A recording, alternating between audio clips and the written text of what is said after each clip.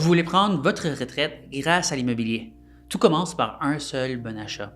Que vous visiez 5 portes ou 50, je vais vous montrer étape par étape comment bâtir un portfolio immobilier solide et durable. Je m'appelle LJ Agnaga, je suis courtier immobilier chez LJ Immobilier à Montréal.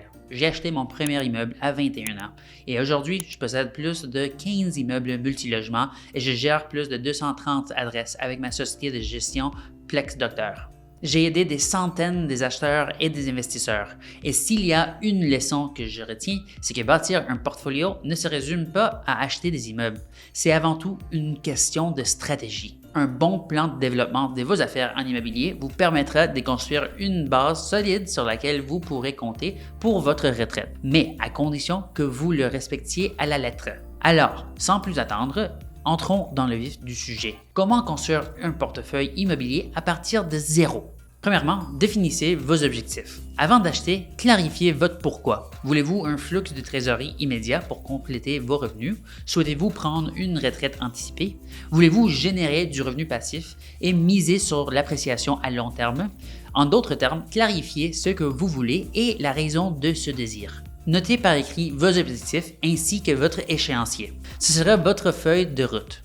Plusieurs études tendent à démontrer que ceux qui écrivent leurs objectifs et qui lisent chaque jour ont 42% plus de chances de les atteindre que ceux qui prennent leurs objectifs mollement ou à la légère. Votre feuille de route vous servira de guide dans les moments difficiles ou de doute et vous permettra de garder le cap sur ce qui compte pour vous. Si vous avez du mal à formuler votre vision, je vous recommande des livres qui peuvent vous aider à définir vos objectifs en création de valeur dans le domaine de l'immobilier, comme Bâtir une vision de Jean-Gabriel Kern et Thibaut Vigne, paru en 2022, ou Vivid Vision de Cameron Herold en version originale anglaise. Une fois que vous aurez défini votre objectif, vous pourrez passer à l'étape suivante.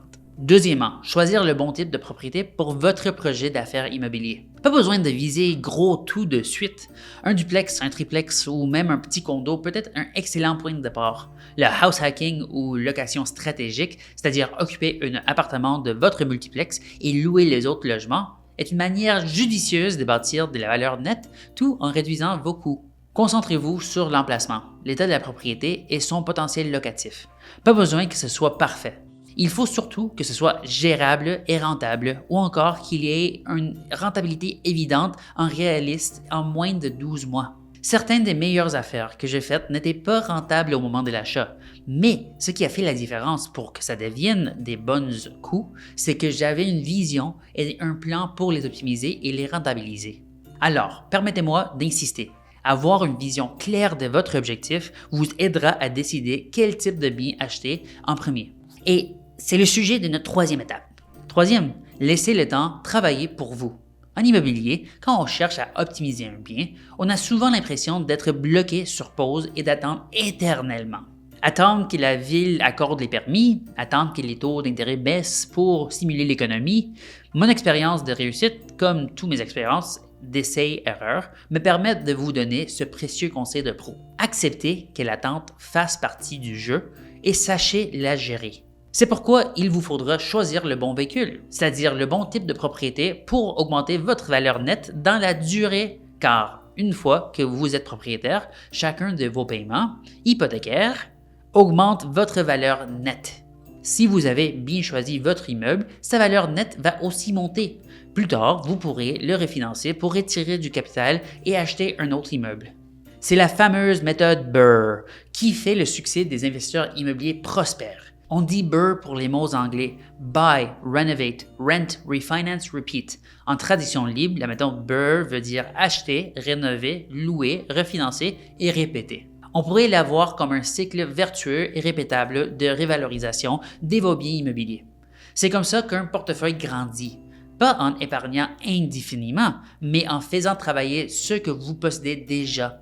Cela crée un effet boule de neige dans le temps qui joue en votre faveur.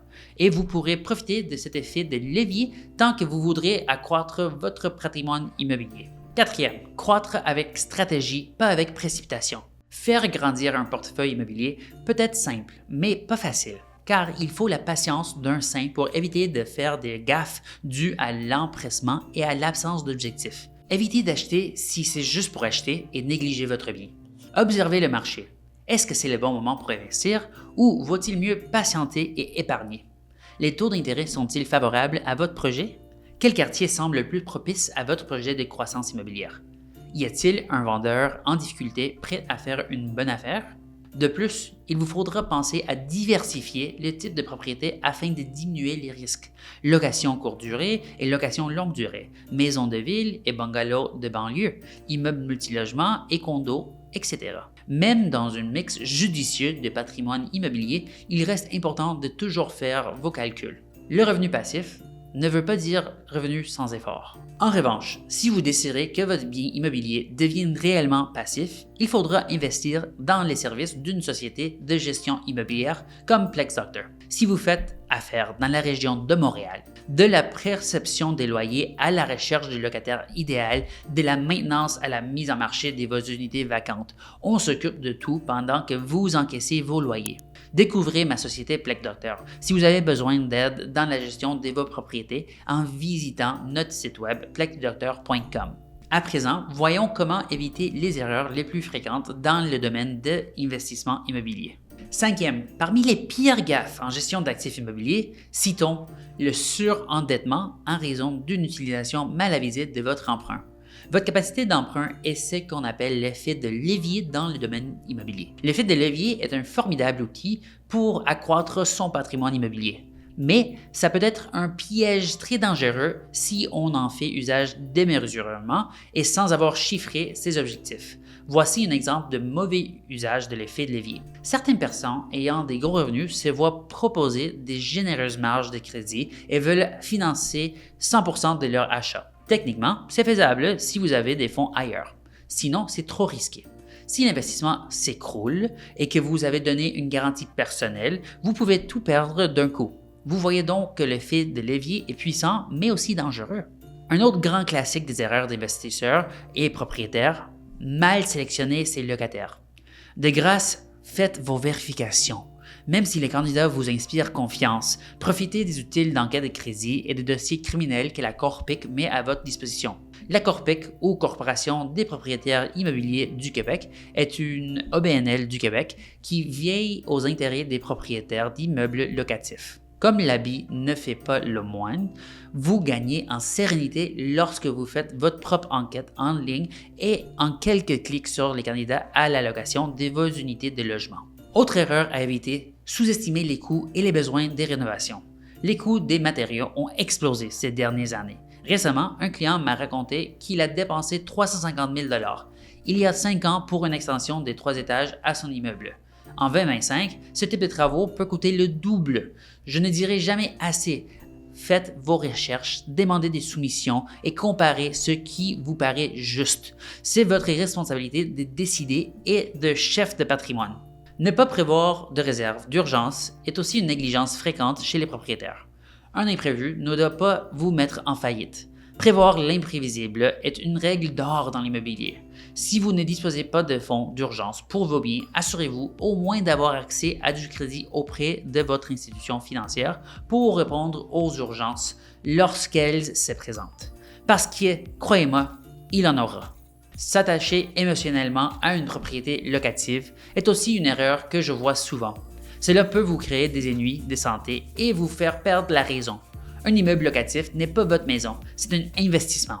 Votre cœur n'est pas une calculatrice. Là encore, écrire et chiffrer vos objectifs dès le début de votre projet d'affaires peut aider à garder la tête froide et à éviter les zigzags émotionnels qui peuvent avoir un impact réel sur votre investissement. En tant que propriétaire d'un immeuble locatif, voyez-vous comme une femme ou un homme d'affaires conjuguant avec un actif financier, parce que c'est la réalité. Un point, c'est tout. Enfin, sachez maîtriser la gestion immobilière. Ne pas le faire est une gaffe monumentale. Si vous avez du mal à vous percevoir et à agir comme une personne d'affaires, faites-vous accompagner par une société de gestion immobilière. La gestion d'un immeuble ne s'improvise pas. Et même lorsque vous arrivez à vous imaginer comme businessman ou businesswoman, vous devez aussi garder à l'esprit que vous gérez le lieu de vie d'une personne ou plusieurs personnes. Alors, il vous faudra systématiser les processus de gestion efficacement, à temps et à coût minimum raisonnable. Collecte des loyers, gestion des réparations, communication avec les locataires, obligations fiscales, etc. Plus vos systèmes sont organisés, plus votre portefeuille peut croître sans vous épuiser. Pour conclure, je vous invite à imaginer votre portefeuille idéal. Un triplex, 5 portes, une douzaine des unités sur l'île de Montréal. Peu importe votre objectif, tout commence par un premier bon achat, en écartant les risques liés à des erreurs évitables. Si vous voulez bâtir votre feuille de route dans l'immobilier, il me fera plaisir de mettre mon expertise au service de vos objectifs et de partager ma passion avec vous. Réservez un appel en cliquant sur le lien ci-dessous. Envoyez-moi vos questions et abonnez-vous à cette chaîne pour plus de conseils judicieux sur l'investissement immobilier à Montréal. Merci de m'avoir écouté et à la prochaine.